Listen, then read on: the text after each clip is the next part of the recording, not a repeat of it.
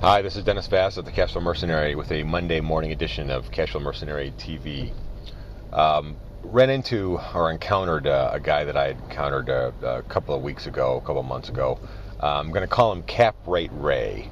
And this is a guy I met at a social event that basically lectured me about how everything I was doing sucked. My building sucked, my property sucked, my business model sucked, everything sucked because he knew better than I did how to do all this stuff.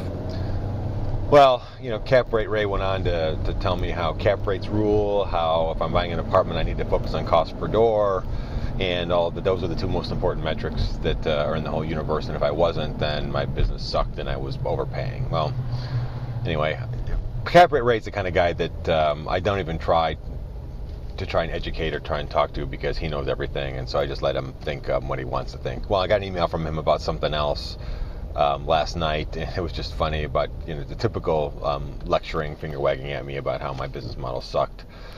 So I just thought we'd talk about cap rates today because it's a very important distinction to make in the market today. Cap rate is a very simple concept, and it's actually a useful concept when you're looking at multifamily buildings. A cap rate or a capitalization rate is simply the rate of return that you're going to get if you paid cash for a building. So, for example, if you had $1 million cash and you bought a building for $1 million, and that building throws off a profit of $100,000, your cap rate then is 10%. You paid cash, you paid $1 million, it throws off $100,000, that's 10%. That's a 10% ROI, that's a 10% cap rate. Well, that's great as far as it goes, but in this market, in any market, if you had $1 million, you're going to put it all down on one building. To be honest, it would be stupid to do that because you're not using leverage, you're not maximizing your ROI. So to just focus on cap rate or the other stupid metric, cost per door, when you make a purchase decision is just really ridiculous.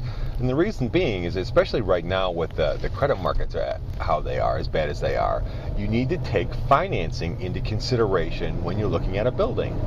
So let's say you've got a building that's a cap rate of 13, which is really good in this area, but along with it, you've got a 10% assumable loan, commercial loan, that only goes for 3 years. Well, is that a good deal? Or what if I've got a building that's an 8.5 cap rate that's got a 6% long-term assumable land contract? What's the better deal?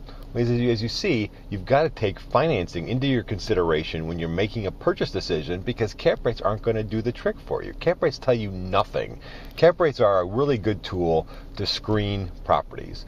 And what I'm talking about, and they're also good for talking to out-of-state people. So for example, I'm talking to an out-of-state guy right now from California.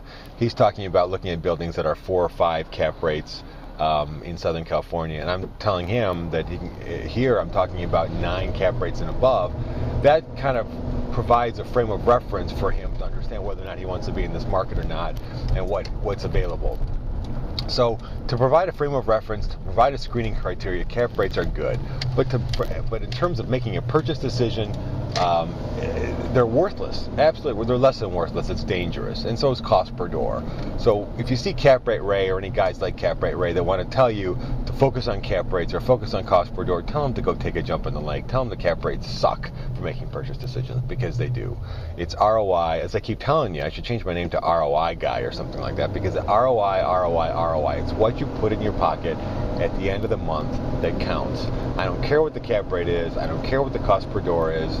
I don't care about any of that stuff. If the ROI is high enough, if it's over 20 or 25%, then what does it matter what the cap rate is? What does it matter what the cost per door is if you're making the ROI that meets your projections? Again, you've got to also factor in the time constraints. I mean, if you're going to be in the city of Detroit and it's going to be a 30% ROI, you're going to need to understand it's going to take more time. So that's a consideration as well.